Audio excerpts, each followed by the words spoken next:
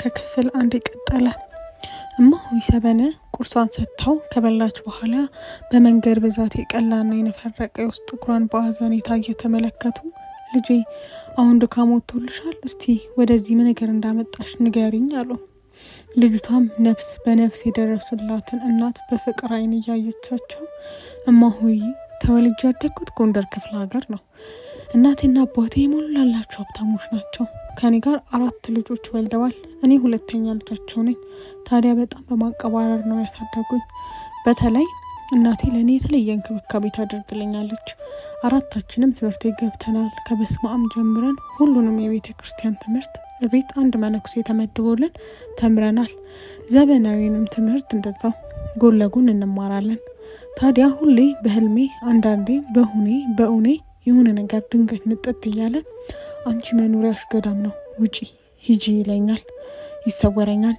ከዛ በኋላ የሆነ ነገር ውስጤን ይሰማዋል። ብቻ እናቴ ምን ልበሉት፣ ሁሉም ነገር ግራ የሚያጋባኝ ሆነ። ግን ይህን ነገር ለእናቴም ሆነ ለወንድሜ እህቴ ወይ ለጓደኞቼ ትንፍሽ አልልም።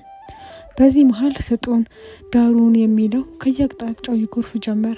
ሽማግሌዎቹ በየቀኑ ቤታችን ይመላለሱ ጀመር። ቤተሰቦቼ አማርጠው ለነሱ ለልጃቸው ለክብራቸው ለዘራችን ይመጠነናል ላሉት እሺ አሉ። ድግሱ ተጀመረ። ያ ውጪ ወደ ገዳም ሂጂ የሚለው ውትበታ አላቆምም። ግራ ገባኝ። ወዴት ልሄድ? ስለ ገዳም ስለምንና አላውቅ። በዚህ ሁኔታ ውስጥ እያለው ሰርጉ ተቀረበ። ሁሉ ነገር ከፈቃዴ ከቁጥጥሬ ውጭ ነው የሆነው። እኔ ስለ ራሴ ማሰብ መወሰን ካልቻልኩ ሰው ለሰርጉ ጉብ ቂጥ ሲል ምንም አይሰማኝም። ብቻ በዚህ መሃል ሰርጉ 7 ቀን ሲቀረው ሌሊት ላይ ማን እንደከፈተላቸው ማን እንዳስገባቸው ሳላውቅ ከታናሽቴ ጋር ተኝቼ ሳለሁ አንድ መነኩሴ ቀሰቀሱኝና ልብስሽን ልበሽና ተከተይኝ አሉኝ። እኔም ወዴት እንዴት ሳልል ልክ ከሰው ተቀጣጥሮ ሲጠባበቅ እንደቆየ ብድግ ብዬ ለባብሼ ተከተልኳቸው። ከዛ ብዙ ከተጓዝን በኋላ ቆማሉና በይ ይህንን መንገድ ይዘሽ ሂጂ፣ መንገድ ላይ ምንም ክፉ አያገኝሽም፣ እኔም መጣ እያልኩ አይልሻለሁ፣ ሂጂ፣ መንገዱ የምትኖሪበትን ገዳም ያደርስሻል ብለው ተለዩኝ። በቃ ራብ የለ ጥማት የለ። ይኸው 3 ቀን ሙሉ ተጉዤ እርሱን አገኘው። መንገድ ላይ ትንሽ እግሬ ያስቸግሮኝ ነበር። ነጠላዬን ቀድጄ ስሬው እዚህ ያደረሰኝ አለች። እማሆይ በጣም ተገረሙ። የፈጣሪ ስራ ጥሪውን አደነቁ። እውነት ነው፣ እሱ ራሱ መርቶ ጠብቆ እዚህ ያደረሳት እንጂ እንኳን ይቺ አንድ ፍሬ ልጅ ቀርቶ ስንቱ ጀግና በዚህ በረሃ ሲያቋርጥ ደኑን ቁጥቋጦን ተገና አድርጎ የመሸጉ ሽፍታም አይደል ጉድ እያደረገ ከመንገድ ያስቀረው።